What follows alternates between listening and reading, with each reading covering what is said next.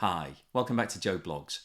This video is the next in a series looking at the financial implications of Russia's invasion of Ukraine on the global economy. And in today's episode, I want to focus in on the Russian economy. We've just had some latest data that's been released on retail sales, unemployment and industrial output. So I want to go through the detail of those figures, but I want to put it into perspective. I want to compare what's happening in Russia to what's happening in all of the other countries from the G20. So in today's episode, as well as looking at the latest figures, I'll take a step back and have a look at what's happening with regards to inflation, unemployment, interest rates, and the overall economy in Russia.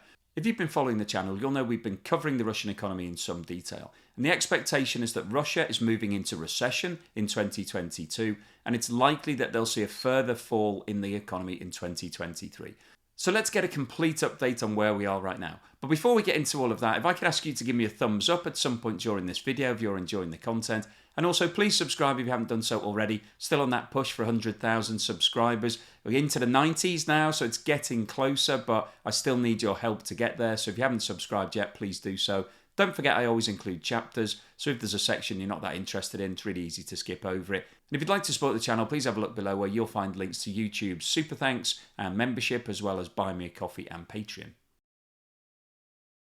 We're now starting to see the predicted downturn in the Russian economy feeding through in the data that's being released on a monthly basis. In the 12 months to May 2022, Russia's industrial output fell by 1.7%. However, this is obviously an average figure for the whole economy, and certain sectors have suffered serious downfalls, with car production falling by almost 97% in the 12 months. So this all seems like bad news, but to put it into perspective, I wanted to compare what's happening in Russia with what's happening with all of the other countries in the G20. And just to remind you, the G20 are the 20 largest economies in the world. So this is a like-for-like comparison. We're comparing the strongest 20 countries. And I think this comparison is really important because obviously the whole world is going through a state of turmoil right now. So we need to see whether Russia is doing better or worse than everybody else. This table shows the growth rate in industrial production over the last 12 months for the G20 economies.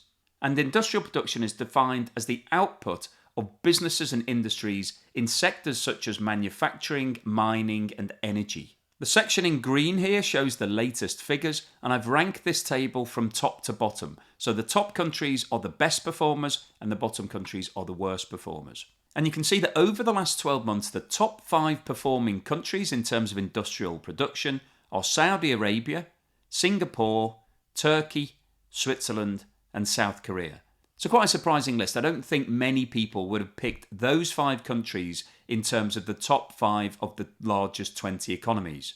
Now, as we run further down the list, I'll pick out a few countries that I think are worth comparing what's happening with what's going on in Russia. Over the last 12 months, the United States has seen 5.8% positive growth in industrial production. However, importantly, when you look at the comparison against last month, we're seeing a decline. So the 12 months to April showed 6.3% growth. The 12 months to May, it's now 5.8%. So there's a 0.5% reduction over the last month. And it's a similar story in Canada. We've got 3.6% positive growth over the last 12 months. However, if you look at the trend, you can see that there's been a reduction from April to May. In April, the 12-month figure was running at 5.1%, and now it's 3.6%, and that's quite a material movement in 1 month. China's another country worth highlighting here because obviously industrial production is a main part of the Chinese economy. And you can see that over the last 12 months, China has delivered positive growth of 0.7%. And this compares to a negative position in the 12 months to April. Now, China is still being heavily affected by COVID. Because the Chinese authorities have a complete zero tolerance approach, they're still locking down whole cities when COVID outbreaks occur. And the removal of these compulsory lockdowns is what's really driving this upward movement in May. The UK is still showing positive growth, 0.7% over the last 12 months, and that's remained flat between April and May. Australia is also clinging on to positive growth territory. They've had 0.2% over the last 12 months, but again, if you look at the trend, it's come down from 1.4%. So the trend is telling us that industrial production is slowing down and potentially could move into negative territory going forward. And now moving into the countries that have actually experienced a real fall in industrial production over the last 12 months, France has seen a 0.3% fall, Brazil a 0.5% fall, and as I mentioned a few minutes ago, Russia has seen a 1.7% fall over the last year. Finishing up this list, Germany has seen a 2.1% fall, Japan a 2.8% fall, and South Africa is the worst performing country out of all of the G20 with a 7.8% fall in industrial output over the last 12 months. Out of the top 20 countries in the world right now, there are only 3 that are performing worse than Russia, and they're Germany, Japan, and South Africa. However, when you look at the trend, both Germany and Japan saw an improvement in their position in May. Both countries reduced the fall in the rate of industrial production and are showing a trend towards moving back towards positive territory. And if that trend continues, then they are moving back towards positive territory. Russia saw a continuation in the fall of its industrial production in May, and the forecasts are that that is likely to continue all the way through the rest of 2022. So the summary here is that out of the G20 countries, the only country that looks to be doing significantly worse than Russia right now is South Africa. The movement in retail sales is a really strong indicator as to what is happening in an economy, because it tells you exactly what the consumers are doing, what they're buying, and whether or not they're changing their buying patterns. And the situation for Russia doesn't look good right now. This table shows the movement in retail sales over the last 12 months for the G20 economies. And for the purposes of this comparison, I've reversed the order, so I've got the worst performing countries at the top and the best performing countries at the bottom. And you can see that Russia is currently the worst performing country out of all of the G20, with retail sales falling by 10.1% in the 12 months to May. And this represents a further deterioration from the position that we saw in April. China is the second worst performer with a fall of 6.7%. However, if you look at the trend, the position in May represents a significant improvement from April, and as we just discussed, a lot of this is driven by the COVID lockdowns that are being enforced by the authorities. The UK is the third worst performing country with the fall of 4.7% in retail sales. However, again, the trend is an improvement compared with the position from April. Germany has seen a fall of 3.6% in retail sales over the last 12 months, and the position is concerning in Germany because it's getting worse month on month. Switzerland is the fifth worst performer in the G20 with a fall of 1.6% over the last 12 months. However, this represents an improvement from the position to May and looks like Switzerland is moving back towards positive territory.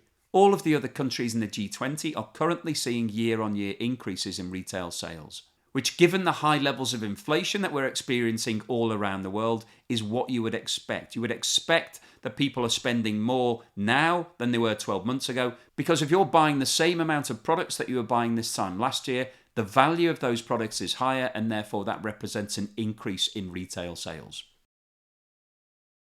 This table shows the current rates of inflation for the G20. If you follow the channel, you'll be perfectly aware of what's happening in Turkey right now, and inflation is now above 70%, so it's off the scale. Argentina has similar problems to Turkey, and we've got inflation above 60% currently. If we exclude those two countries, as they both have runaway inflation, Russia is the worst performing country of the rest of the G20, with an inflation rate currently of 17.1%. Now that does represent a fall from the position that we had in April, but 17.1% is still extremely high for a developed economy. Now, one of the reasons that we've seen a fall in the inflation rate in Russia is because at the start of the war, the Russian central bank hiked interest rates to 20% as an emergency measure. Now, that massive increase in rates has obviously had a big impact on the economy. We just talked about what's happened with retail sales and industrial output, and it is starting to have an impact on inflation. But the problem that Russia has right now is that if they focus too heavily on bringing inflation down, it could be at the detriment of the whole rest of the economy. There's no point having low inflation if the whole rest of your economy is bankrupt. Just continuing with the comparison, the only other countries with inflation in double digits at the moment are Brazil, with just under 12%. However, we are seeing a reduction. Brazil is also rapidly increasing its interest rates to bring that inflation back down. And Spain, who are sitting at just above 10%. And the problem that Spain has is that they're part of the EU discussions, and so they don't control their own interest rates. So inflation is starting to build rapidly in Spain, and as it sits right now, they can't do anything about it until all of the EU start moving those rates upwards. Inflation remains a big issue for the rest of the countries on this list. However, the overall summary of this table is that Russia has very high level of inflation right now, higher than the vast majority of the G20, and its economy is struggling because of that. At times of high inflation, the movement in wages is really important to make sure that consumers are not losing out on a relative basis. If your wages are growing at a lower rate than inflation, then that means that in real terms you've got less money, therefore you've got less spending capacity, and that means the economy is likely to slow down. This table shows the latest data for wage growth for selected countries from the G20. Not all of the countries make this data publicly available, so it's difficult to get. But the majority of the largest countries in the G20 are represented in this table. As you can see, over the last 12 months, the USA has increased its wages by more than 11.6%, which compares to the current inflation rate of 8.6%. So in relative terms, wages have been growing faster than the rate of price increases. The average growth in wages in the UK has been 6.8%, which is less than the 9.1% current rate of inflation. So in real terms, wages have been falling. In Canada, wages have increased by 4.3%, compared to inflation of 7.7%. So again, a relative fall in wages. In Australia, wages have grown by 2.4% versus inflation of 5.1%. In Germany, wages have actually fallen by 1.4%. versus the current rate of inflation of 7.6%. So that is a really big fall in relative terms. But the country where wages have fallen the most is Russia. And there has been a 7.2% decline in wages over the last 12 months.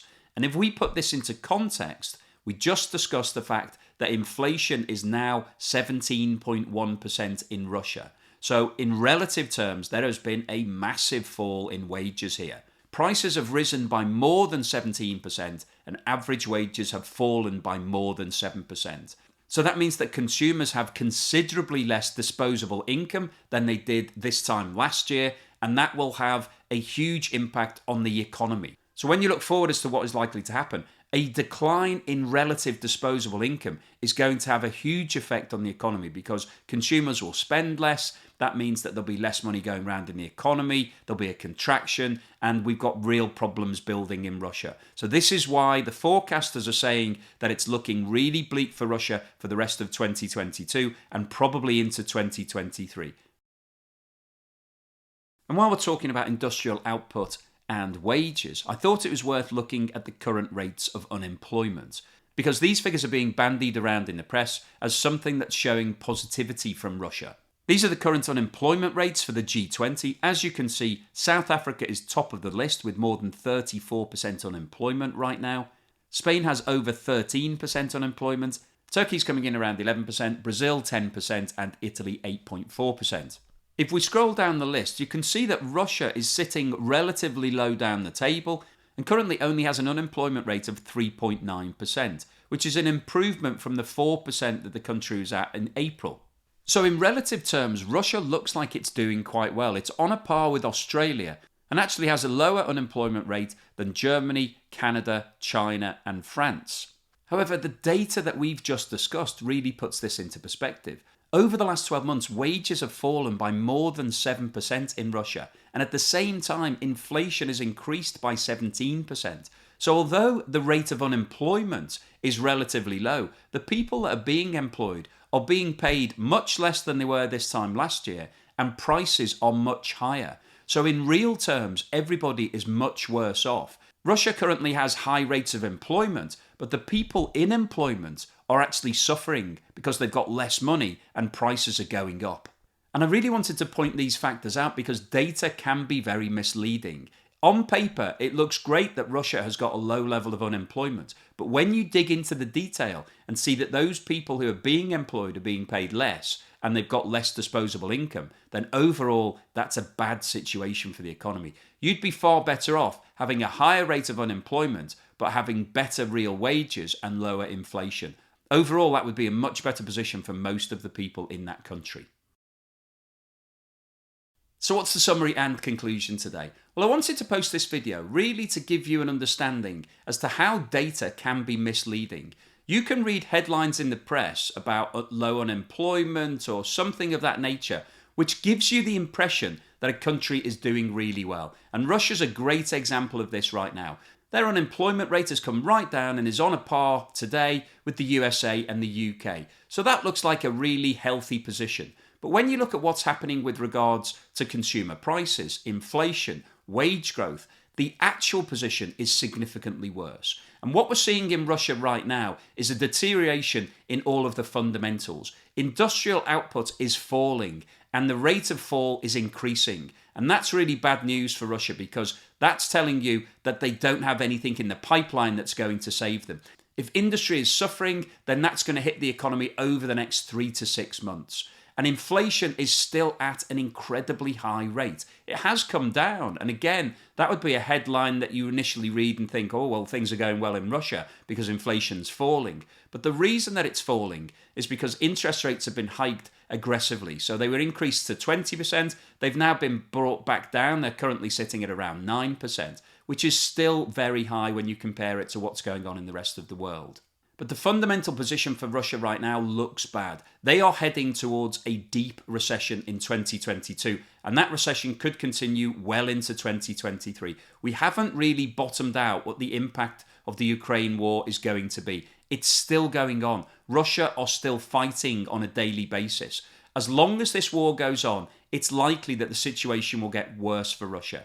The headlines with regards to the sale of oil and the sale of gas and Russia raking in billions of dollars are all very glitzy and impressive. However, it's all relative. Russia have been earning billions of dollars for a long period of time. And in relative terms, they're earning less right now. Their markets are shrinking. The number of countries that want to deal with them are declining. And they've got issues with regards to things like natural gas. Because if they want to sell natural gas to India, they need to turn it into LNG. They need to liquefy it and then move it via ships. And that costs money, and it will take time to get those facilities set up to be able to handle the scale of LNG that they want to export.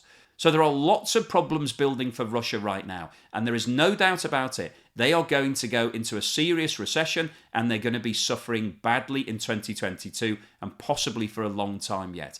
So I wanted to give you the data, I wanted to give you an update, really to put things into perspective, because the press can be very misleading with the way that they put spin on articles. I've given you some of the information. Hopefully you've got a better understanding as to what's going on right now. If you've liked what I've said today, then please give me a thumbs up and don't forget to subscribe if you haven't done so already. Try to get me to that 100,000 before the end of the summer. Thanks very much.